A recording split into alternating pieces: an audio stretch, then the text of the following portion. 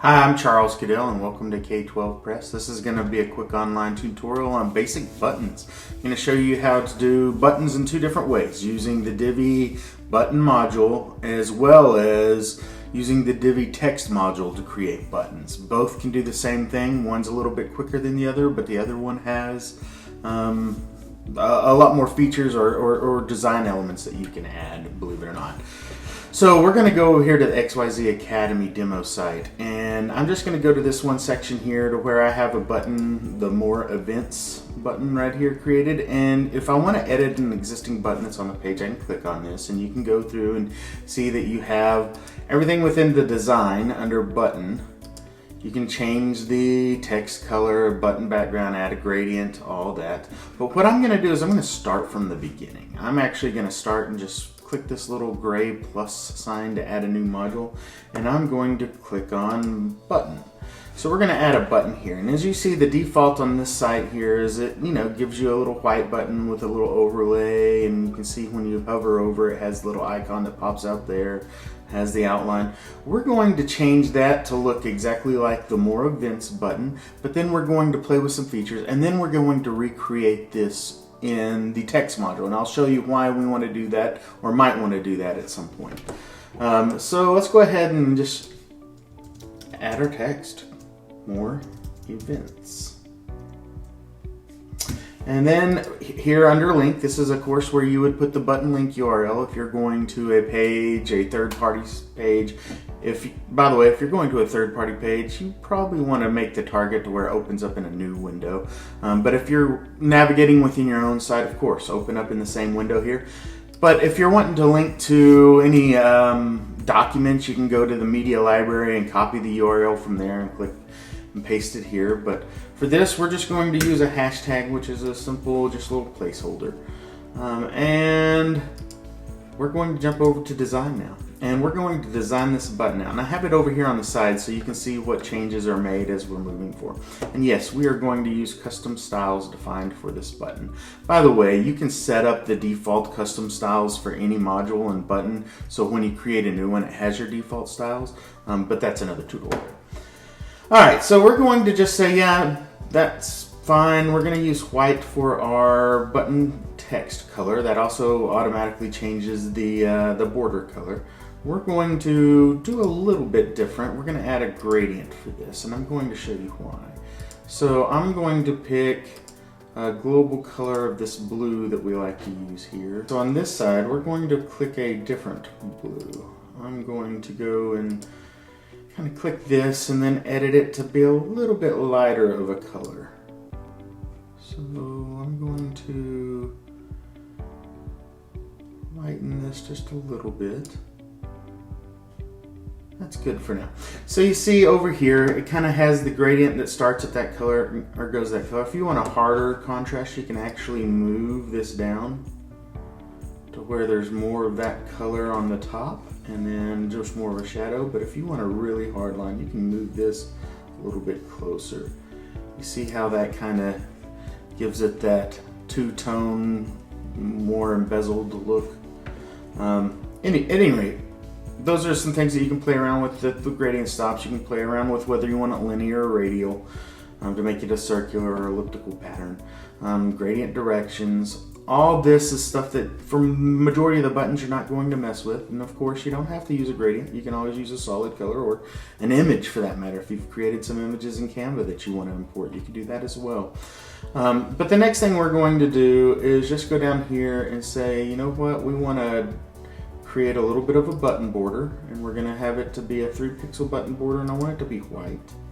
And you can't really see it right now, but we're going to up the border radius to make the edges a little more curved at the corners. And then to be able to see that white outline, there's something that we can do here. I'm turning off the button icon. I don't want it to animate when I roll over. I want it to be just fine and standard. But I want to add a box shadow to this, and I'm going to do a little bitty drop shadow to that button, and now you're able to see more of that white outline for that button there. So we have that set. I would like to change the button text just a little bit. Let's see here. I'm going to make it a default font of, well, you know what, we're going to keep it default, but I want to make it bold. And I want it to be all caps. More events. Get in your face there. Alright, and the other thing that we're wanting to put is we want this to align right in the center. So by default it aligns there to the left. I'm going to have it align in the center. More events. That looks great. So here's the deal.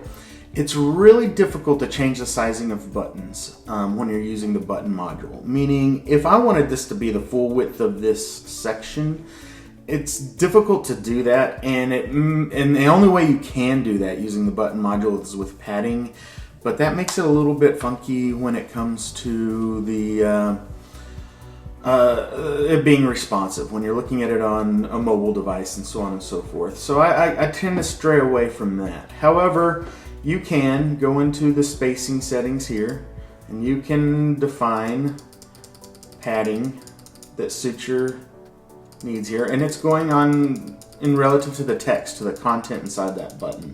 So the text inside that button will dictate. So if you're going to create this button and then use it to create a bunch of different buttons below. So if we're going to say, take this button and say, okay, that's great, I like it, I want to clone that button, but this one's going to be, you know, something a little bit different, a little bit longer of a word, weekly events. Alright, well you see how now this one on the bottom is a little bit wider because it's using the same padding. So in order to try to match that up, you'd actually have to go in and reduce the padding of this new button in order to try to get it to the right width of the button below. Now that can be tricky, and it can lead you with some, you know, interesting results, but another way to create buttons is a more manual process, but you can actually use the text editor to create a button, and you can go and get this text module here, and we can just say, you know what, we're going to say more events, and we're going to make that background. Well, for the sake of this one, we're just going to make it a solid color background. And we're going to go over here into the design tab, and we're going to edit the text, and we're going to say, yeah, you know what, we want that to be bold, we want it to be white, we want it to be about 20 pixels. We're going to center align things here,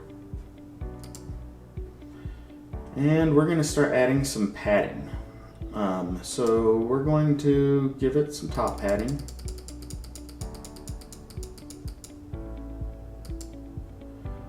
We're going to give it some bottom padding.